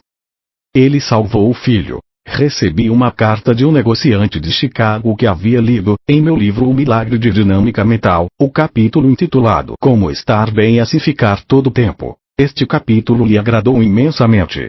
Há um ano que o filho dele, de 8 anos de idade, vinha sofrendo de uma asma muito séria, com crises paroxísticas que exigiam um tratamento de urgência. Uma noite, o pai sentou-se ao lado da cama do filho e rezou em voz alta, enquanto o menino dormia. John, você é filho de Deus. Vejo, agora, a presença de Deus em você. Esta é a presença da harmonia, da saúde, da paz, da alegria, da vitalidade e da perfeição. Deus lhe soprou o hálito da vida. O Espírito de Deus o fez, e sei que o sopro do Todo-Poderoso lhe deu a vida. Você inala a paz de Deus e exala o amor de Deus. Pai, graças te dou por me haveres ouvido. E sei que sempre me ouves. João 11, 41-42. Ele rezou cerca de 1 hora, repetindo essas grandes verdades e sabendo que elas impregnariam o subconsciente do menino. Sentiu que a oração fora atendida ao experimentar uma paz interior e ao não ter vontade de orar mais. Quando o garoto acordou pela manhã, disse: Pai, sonhei que me aparecia um anjo e me dizia: John, você está curado. O menino recuperou-se completamente. A convicção que o pai tinha na presença de Deus comunicou-se com a do filho e foi dramatizada pelo seu subconsciente na forma de uma figura angelical, que fez o garoto ter a certeza de que estava curado. Esse é um exemplo do poder da prática da presença de Deus. Ele andou e falou. A doutora Elsie L. McCoy, de Beverly Hills, na Califórnia, deu-me permissão para publicar a seguinte cura milagrosa. O senhor A sofreu graves ferimentos na cabeça, no pescoço e no peito, depois que uma tábua de 200 quilos caiu sobre ele. Durante vários dias ficou inconsciente. Chamei um pastor para orar comigo, e durante cerca de 1 hora afirmamos juntos: Deus é a vida deste homem. Ele está vivo com a vida de Deus. A presença de Deus que existe nele é a presença da paz, da vitalidade e da perfeição. No fim daquela hora, ele readquiriu a consciência, porém não podia falar ou andar porque estava paralisado. Parecia um caso perdido. Fiz tudo o que sabia da arte de curar, mas em meu coração eu sentia que somente Deus seria capaz de salvar aquele homem. O pastor e eu orávamos diariamente com ele, dizendo: Deus anda e fala em você. Você fala pelo poder de Deus e anda livre e alegremente. Nós ouvimos você falar e vemos você andar pelo quarto. Você está sendo curado por Deus. No fim de 3 meses, o milagre aconteceu. Ele começou a falar com toda a clareza e a andar sem muletas. E continua a andar. Ele declarou que ouvia tudo o que lhe dizíamos e que absorvia nossas palavras. Sem dúvida, nossas orações penetraram no subconsciente dele, que reagiu. Este foi o resultado da prática do poder de Deus para curar. Não conseguiram arruiná-lo. Enquanto escrevia este capítulo, fui interrompido por um telefonema interurbanos de um velho amigo. Sua voz era estridente e traduzia a irritação quando dizia: Meus inimigos querem arruinar todo o meu negócio. Sugeri-lhe que praticasse a presença de Deus conforme se segue. Esses dois homens, os ditos inimigos, refletem todos os dias, e cada vez mais, a bondade de Deus. Eles têm as mesmas esperanças, os mesmos desejos e as mesmas aspirações que eu. Desejam paz, harmonia, amor, alegria e fartura, como eu desejo. São honestos, sinceros, íntegros, e neles reina soberana a justiça divina. Desejo-lhes todas as bênçãos de Deus. Nossas relações são harmoniosas, pacíficas e cheias de um divino entendimento. Eles querem fazer o que é certo, conforme os evangelhos, assim como eu. Saúdo a divindade que existe neles e dou graças por uma solução harmoniosa. Eu lhe disse que fizesse essa oração várias vezes ao dia e que deixasse as impressões e sensações desses pensamentos penetrarem em sua mente até ele ficar possuído pela verdade que encerravam. Além disso, eu lhe disse que, se continuasse a abençoar assim, experimentaria uma sensação de grande liberação interior, como uma purificação de sua alma. Filo saber que ele se sentiria em paz e relaxado. Ele praticou a técnica acima fervorosa e devotadamente. Descobriu que estava, na verdade, destilando, do mais fundo do seu ser, o poder curador que traria uma solução harmoniosa no que se referia às relações com os referidos homens. Maravilhosa mudança ocorreu entre eles. Ele descobriu que a prática da presença encerra toda a verdade que liberta o homem. Pratique os 3 passos. Primeiro passo. Aceite o fato de que Deus é a única presença e o único poder. Deus é sua verdadeira vida e realidade. Segundo passo. Sinta, saiba e afirme que tudo o que você é e vê, seja uma árvore, um cão ou um gato, é parte da expressão de Deus. Esta é a maior coisa a fazer. Seu poder ultrapassa as palavras. Terceiro passo. Sente-se calmamente 2 ou 3 vezes por dia e pense no seguinte: tudo que aí está é Deus. Ele é o todo no tudo. Comece a compreender que Deus habita dentro de você e em tudo que o cerca. Lembre-se frequentemente de que Deus age e pensa através de você, bem como das outras pessoas. Em especial, lembre-se desta verdade quando estiver tratando ou negociando com os outros. Quando cantar, falar, representar ou tocar um instrumento em público, diga silenciosamente: por meu intermédio, Deus abençoa, faz prosperar e inspira esse auditório. Isso fará com que os presentes gostem de você e o apreciem. Esta é a verdadeira prática da presença de Deus. Vivendo com Deus. Vivo no estado de consciência. É a consciência da paz interior, da alegria, da harmonia e da boa vontade com todos os homens. Sei que meu país verdadeiro não é uma simples localização geográfica. Um país é o lugar em que se vive. Vivo no esconderijo do Altíssimo, permaneço à sombra de Todo-Poderoso, ando e falo com Deus todos os dias de minha vida. Sei que sou uma família divina, que é a humanidade. Que Deus se levante, e seu inimigo se dispersarão. Salmo 68, 1. Sei que meus únicos inimigos são medo, a ignorância, a superstição e outros falsos deuses. Não permitirei que esses inimigos vivam em minha mente.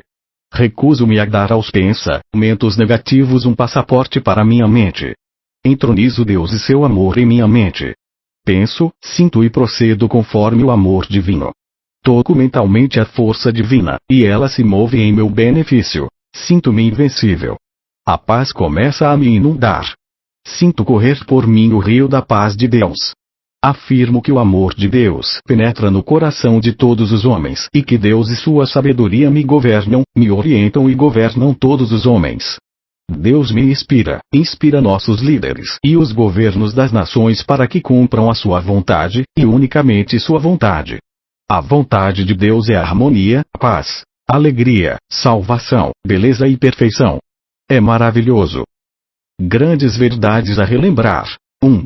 A prática da presença é a chave para a saúde, a felicidade e a paz de espírito. 2. Comece a compreender que tudo o que você vê é um pouco da expressão de Deus. 3. Deus é a inteligência infinita e, se seu filho estiver perdido, ela sabe onde está e revelará. 4. Nada poderá atingi-lo ou a sua casa, se você se cercar do amor de Deus e souber que é guardado por sua presença superprotetora. 5. Veja a presença de Deus naqueles que o perturbam ou que falam de você. Afirme que Deus pensa, fala e age através daquela pessoa, e você descobrirá um amor que jamais falha. 6. Se você for um locutor ou um conferencista, afirme: por meu intermédio Deus está abençoando e salvando a audiência, e verá as maravilhas que acontecerão em sua vida. 7. Todo trabalho é trabalho de Deus, e, fazendo o que fizer, faça-o pela glória de Deus. 8. Você pode orar por um membro de sua família admitindo a presença do amor, da paz, da alegria e da harmonia de Deus. Sinta a realidade do que você afirma, e o subconsciente de seu ente querido reagirá adequadamente. 9. Se alguém está tensionando magoá-lo, saiba que você e Deus são um só e que ninguém pode derrubar suas defesas. Abençoe-o, admitindo que ele é honesto, sincero, cheio de amor e governado por Deus, e por Deus somente. Inevitavelmente ocorrerá uma solução favorável. 10 e 11 Saiba que tudo o que você vê, independente do que seja, faz parte da expressão de Deus. Esta é a maior coisa que você pode fazer. Todo homem que você encontra é uma encarnação de Deus. Ele espera que você perdoe suas fraquezas, seus defeitos, suas faltas, primeiro. Como Paulo de Tarso, você deve procurar ver nele que é Cristo e a esperança de glória. 2.